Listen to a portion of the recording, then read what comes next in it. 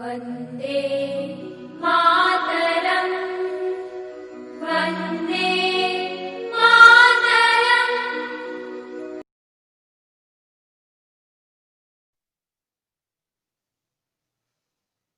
Hello friends, मैं अभी मौर्य आप लोगों का स्वागत करता हूं अपने इस YouTube फैमिली में। पहली बात यार, मेरे सभी भाई लोगों को, जितने भी भैया लोग मुझसे जुड़े हैं, उनको मैं नए साल की बहुत ढेर सारी शुभकामनाएं। नए साल में आप नया लक्ष्य बनाइए और अपने नए लक्ष्य की प्राप्ति के लिए दिन ब दिन एक एक सीढ़ी चढ़ते रहिए। तो मैं मेरे सभी भाइयों को एवं मेरी जो दीदियां हैं उनको मैं नए साल के उपलक्ष्य में बहुत ढेर सारी शुभकामनाएं देना चाहता हूं एंड देता भी हूं यार। देना चाहता क्या हूं, देता भी हूं कि मेरे जितने भी भैया लोग हैं उनको बहुत ढेर सारी दिल से happy new year, happy new year. ठीक है, हम लोग इसके बाद ये देखते हैं कि जो हमारी एनसीईआरटी की क्लास थी उसके आज हम लोग यार अगले पड़ाव की ओर हैं। हमारी जो एनसीईआरटी क्लास थी उसको आज हम देखने का प्रयास करेंगे। ठीक है, तो इसकी पहली क्लास जो मेरे भाई नहीं देखे हैं तो डिस्क्रिप्शन में लिंक है यार, वहां से जाकर के आप सारी चीजें देख सकते हो। उसके आगे से हम आज अपनी सारी चीजों को कंटिन्यू करने का प्रयास करेंगे। ठीक है, कंटिन्यू करने का प्रयास करेंगे।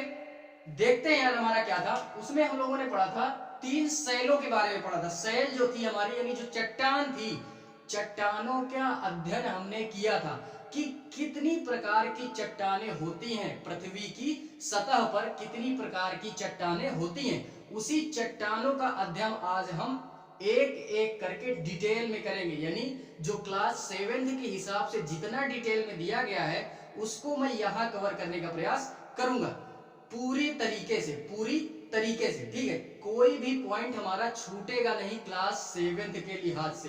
बाकी जैसे जैसे हम बढ़ते जाएंगे वैसे वैसे सारी चीजों का अध्ययन हम लोग डिटेल में करते जाएंगे। ठीक है, सारी चीजों का अध्ययन डिटेल में करते जाएंगे। तो आज हम लोग यहाँ पे देखते हैं पहला जो हमारा शैल था, पहला जो हमारी शैल थी आग्नेय शैल, जिसको हम लोग इग्नियस के नाम से भी जानते हैं, जिसको हम इग्नियस शैल के भी नाम से जानते हैं। तो उसको आज हम यहाँ पे देखने का प्रयास करते हैं। पहला हमारा था आग्नेय शैल। क्या था? आग्नेय शैल।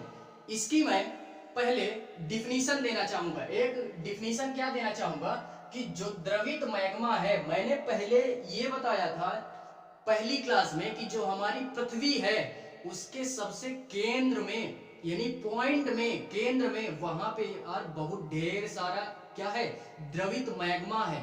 द्रवित क्या है? मैग्मा है, जो उच्च ताप और दाब की वजह से ऊपर आता है। क्या होता है? पृथ्वी के उच्च ताप और दाब की वजह से, यानी हाई प्रेशर एंड टेम्परेचर की वजह से वो ऊपर आता है, जिससे चट्टानों का निर्माण होता है। किसका निर्माण होता है? चट्टानों का निर्माण होता है। और वही जब द्रवित मैग्मा, यानी वही जब द्रवित मैग्मा पृथ्वी की सतह पर आता है और वह तेजी से ठंडा होता है, तो उसी उसी ये जो हमारी प्रोसेस हो रही है, उसी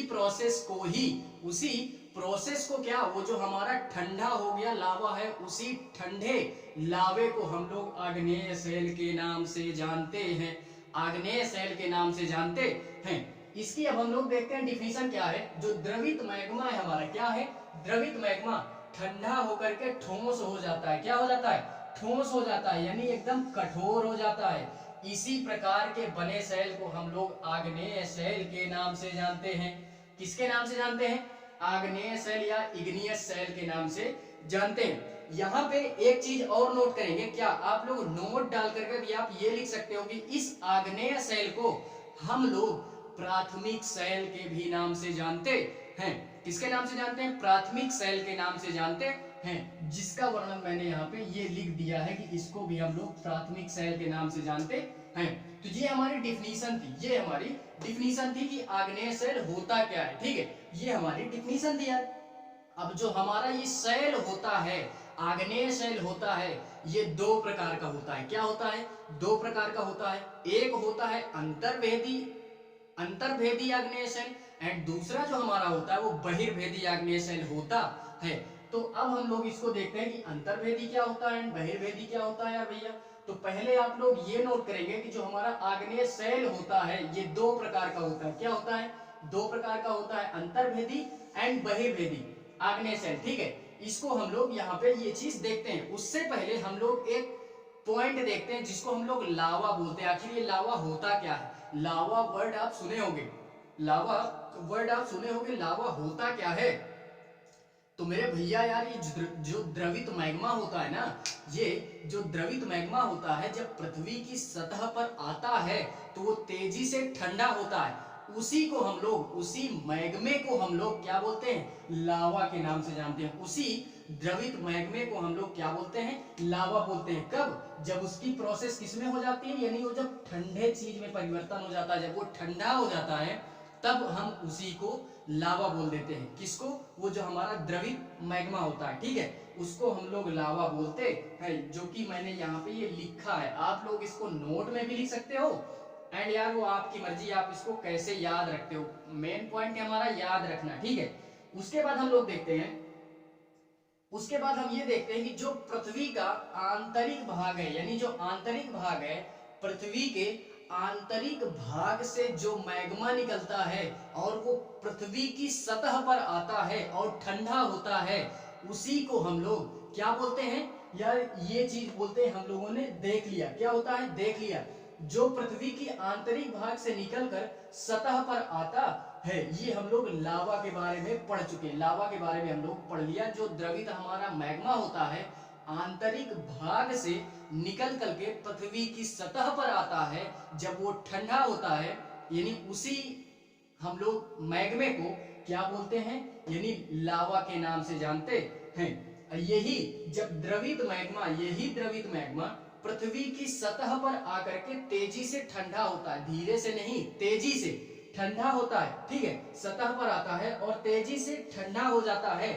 तो परपटी की इसी प्रकार की शैल को हम लोग अंतर्भेदी नहीं बहिर्भेदी के नाम से जानते हैं, क्योंकि वो बाहर आ गया ना, वो जो हमारा मैग्मा था वो बाहर आ गया, तो उसको हम लोग बहिर्भेदी आग्नेय शैल के नाम से जानते हैं।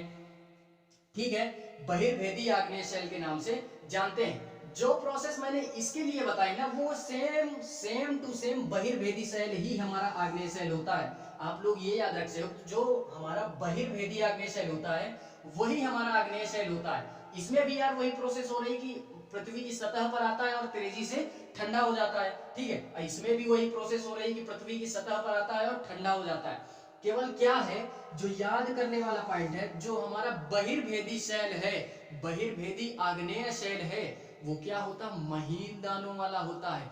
बहुत महीन कण होते हैं उसके, बहुत महीन कण होते हैं। जो हमारी द्रवित मैग्मा है वो आया सतह पर और ठंडा हुआ, तो हम लोगों ने क्या बोला उसको? हम लोगों ने उसको बहिर्भेदी शैल बोला। ये जो हमारा था बहिर्भेदी शैल का नाम दिया।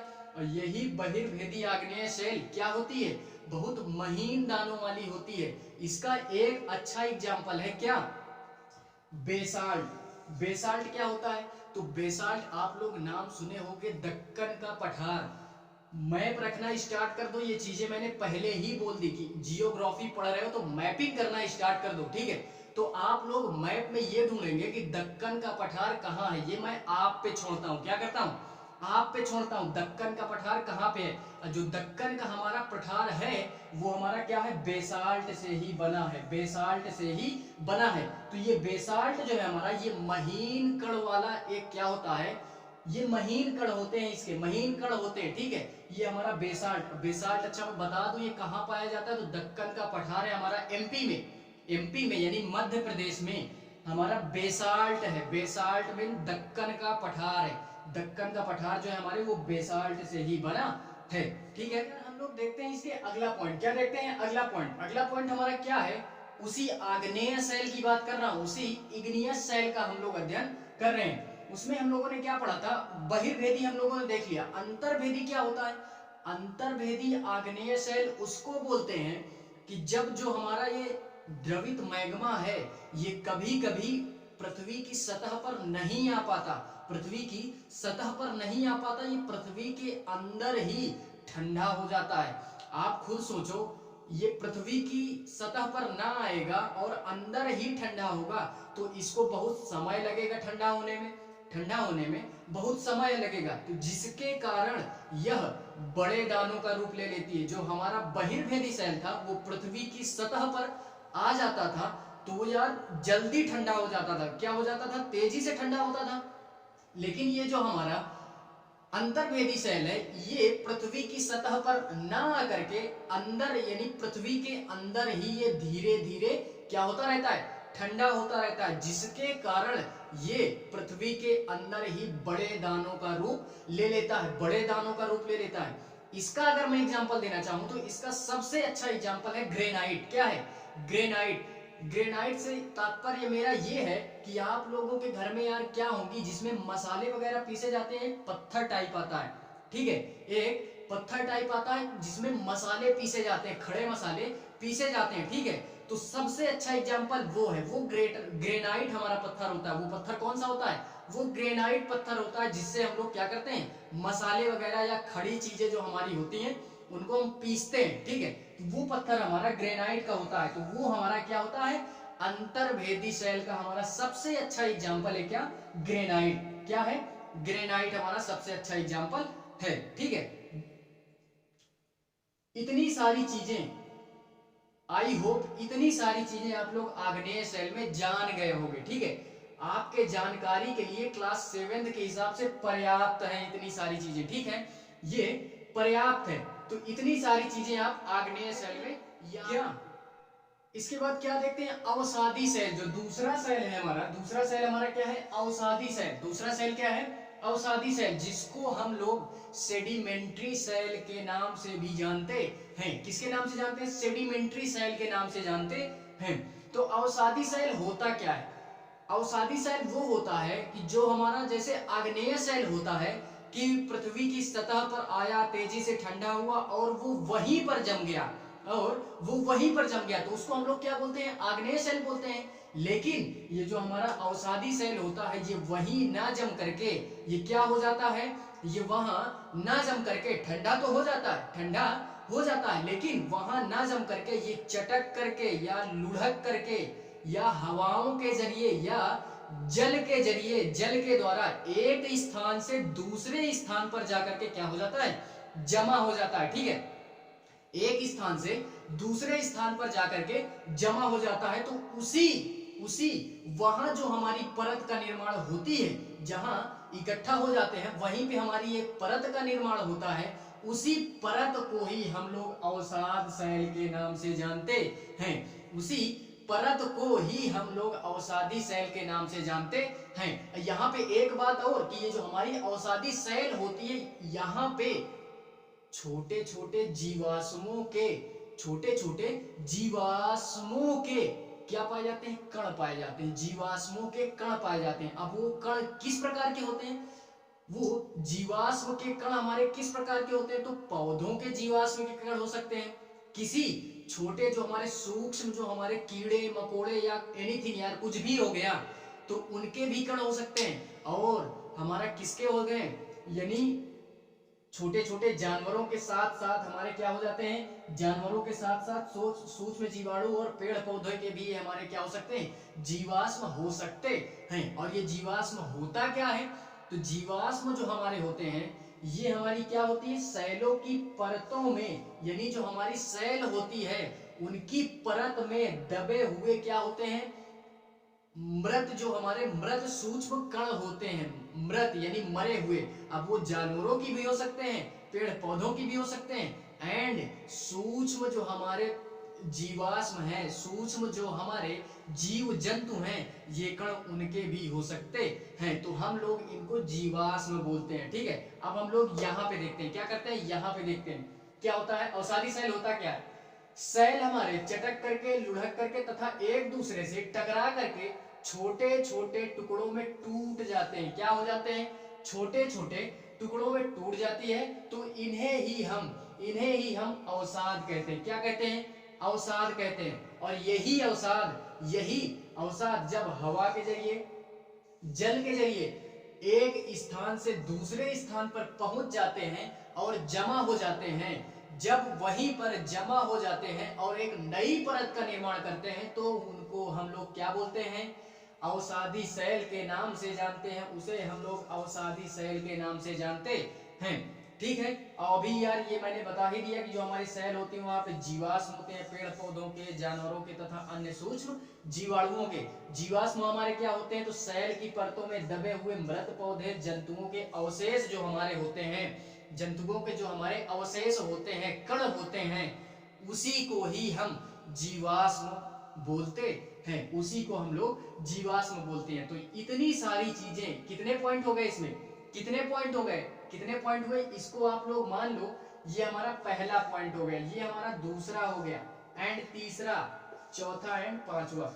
तो ये 5 पॉइंट आप लोग अवसादी सेल में याद रखेंगे। ठीक है, ये 5 पॉइंट आप लोग अवसादी सेल में याद रखेंगे। इसके बाद हम लोग देखते हैं कायांतरित सेल। ठीक है, यानी जो तीसरी हमारी सेल थी, यानी जो चट्टान थी हमारी, क्या थी, कायांतरित सेल। ठीक है, कायांतरित सेल होती क्या है, तो अवसादी सेल और आग्नेय सेल में क्या होता है, इनके उच्च ताप और दाब के कारण ही कायांतरित सेल का निर्माण होता है।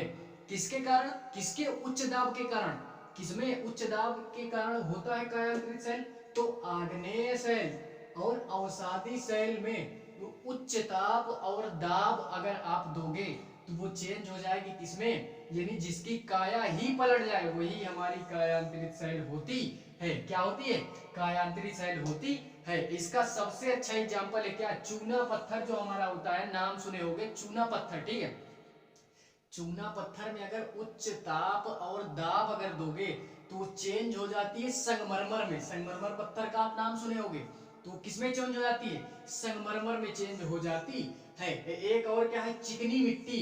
चिकनी मिट्टी में भी अगर आप उच्च ताप और दाब दोगे तो वो स्लेट में चेंज हो जाती है। किसमें चेंज हो जाती है, स्लेट में चेंज हो जाती है।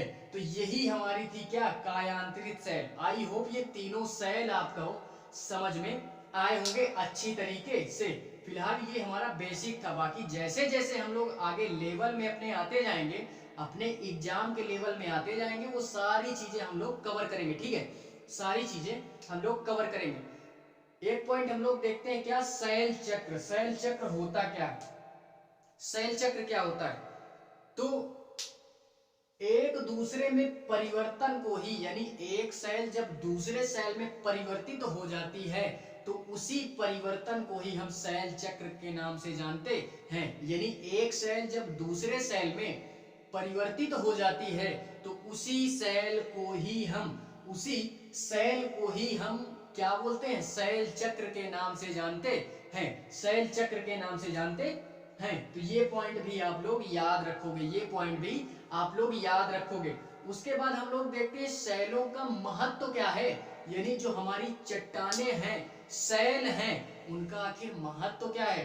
तो ये जो हमारी सेलें हैं, पॉइंट में आप लिखोगे, पॉइंट में लिखोगे, जो हमारी सेल है ये खनिजों से मिलकर के बनी है, और ये जो खनिज है हमारे, ये प्राकृतिक रूप से पाए जाने वाले एक पदार्थ होते हैं। क्या होते हैं, ये जो हमारे खनिज हैं, इसको आप पॉइंट में लिखो। फिलहाल ये जैसे मैंने लिखा है, मैंने क्या लिखा, सेल का महत्व, ये हमारी क्या होती है, सेल हमारी क्या होती है, विभिन्न खनिजों से मिलकर के बनी होती है। किससे मिलकर के बनी होती है, विभिन्न खनिजों से मिलकर के बनी होती है। और यही खनिज प्राकृतिक रूप से, यानी जो खनिज हमारे प्राकृतिक रूप से पाए जाते हैं, यानी खनिज हमारी क्या है, प्राकृतिक रूप से पाई जाने वाली क्या है, पदार्थ है। तो दूसरा पॉइंट आप ये नोट करोगे।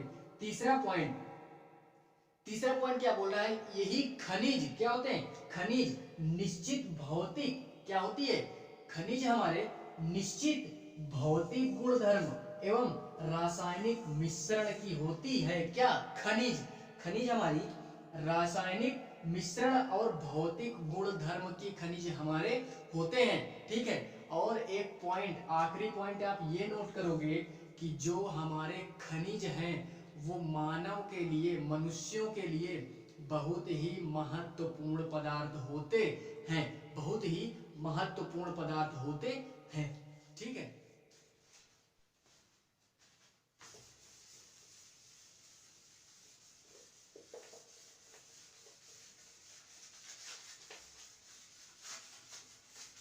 बेसिक अगर यार मुझे अगर ना कंप्लीट करवाना होता तो मैं डायरेक्ट इंडियन जियोग्राफी उठाता। इंडियन जियोग्राफी, जो जीसी लियोंग नाम सुने होंगे, जीसी लियोंग सर की एक बुक है इंडियन जियोग्राफी, वो मेरे पास है यार, वो मोटी सी है।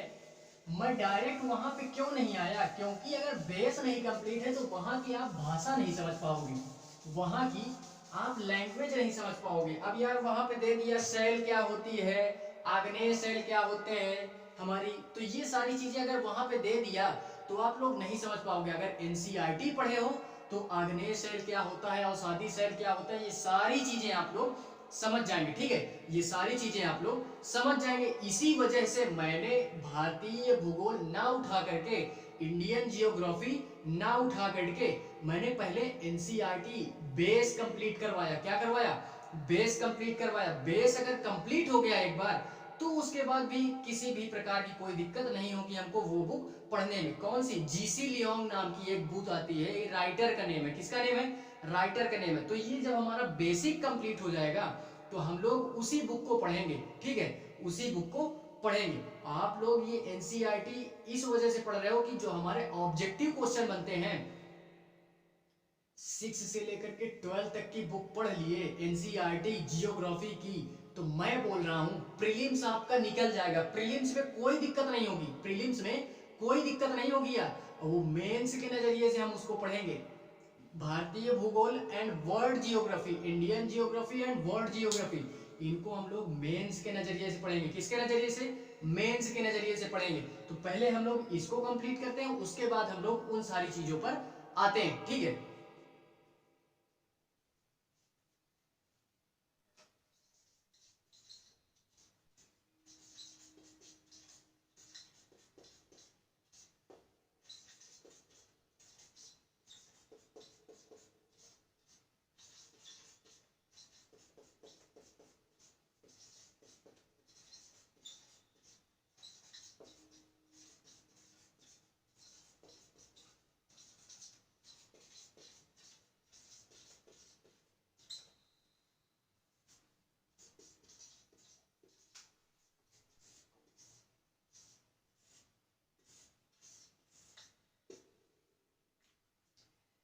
देखते हैं यार जो हमारी क्या थी, जो हमारी खनिज थे, क्या थे जो हमारे खनिज थे, उनको हम लोग यहाँ पे देखते हैं कि कुछ हमारे जो खनिज हैं, वो जो प्राकृतिक रूप से जो हमको खनिज मिलते हैं, खनिज जो हमको मिलते हैं प्राकृतिक रूप से, वो यार हमको ईंधन के रूप में हम उनका प्रयोग करते हैं।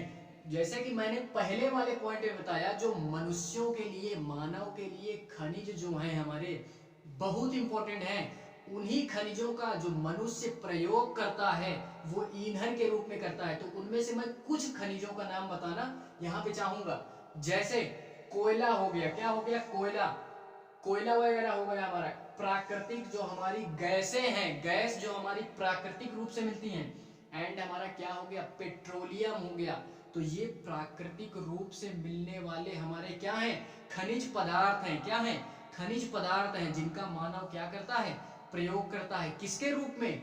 किसके रूप में? खनिजों के रूप में, खनिजों के रूप में। लेकिन खनिज में किस तरीके से? तो ईंधन के तरीके से। किसके तरीके से? ईंधन की तरीके से इनका प्रयोग करता है मनुष्य। ठीक है, इसमें हम लोग दूसरा देखते हैं, इनका उपयोग, इनका उपयोग, किनका उपयोग? ये जो हमारे क्या होते हैं, खनिज जो हमारे पदार्थ हैं या जो ईंधन है, इनका उपयोग हम लोग उद्योगों में करते हैं। बड़ी बड़ी जो इंडस्ट्री वगैरह होती हैं उनमें करते हैं। औषधि बनाने में, यानी दवाइयां बनाने में भी इनका प्रयोग किया जाता है। और उर्वरक बनाने में, खाद वगैरह बनाने में भी हम इनका प्रयोग करते हैं। ठीक है, इनका प्रयोग करते हैं। जैसे लोहे का प्रयोग हम लोग करते हैं, लोहे का प्रयोग हम लोग करते हैं। एल्यूमिनियम का भी प्रयोग करते हैं, सोने का भी प्रयोग करते हैं, यूरेनियम का भी प्रयोग करते हैं। यूरिया वगैरह जो होती है खाद हमारी, कैसे बनती है? तो यही सारी चीजों से मिलकर के बनती है। ठीक है, यूरिया वगैरह, बाकी जो उद्योग वगैरह हैं, औषधि वगैरह, ये कहाँ से सब आता है? तो ये सब हमारे खनिज पदार्थों से ही आता है। कहाँ से आता है? खनिज पदार्थों से ही आता है। ठीक है, तो ये दो पॉइंट भी आप लोग इसमें याद रखोगे। ये पहला पॉइंट इसमें ये हो गया। नहीं, चौथे के बाद ये पांचवा पॉइंट है एंड ये छठवां पॉइंट है। तो ये 6 पॉइंट आप लोग सेल के जो महत्व हैं ये 6 पॉइंट आप लोग इसमें याद रखोगे, ठीक है। तो आज के लिए यार बस इतना ही। ये जो हमारा सेकंड चैप्टर था ये यहीं पे क्या होता है, कंप्लीट होता है। अगले वीडियो में हम लोग मिलेंगे या अगले क्लास में हम लोग मिलेंगे अगले अध्याय के साथ, ठीक है, अगले अध्याय के साथ। आज के लिए बस इतना ही, मिलते हैं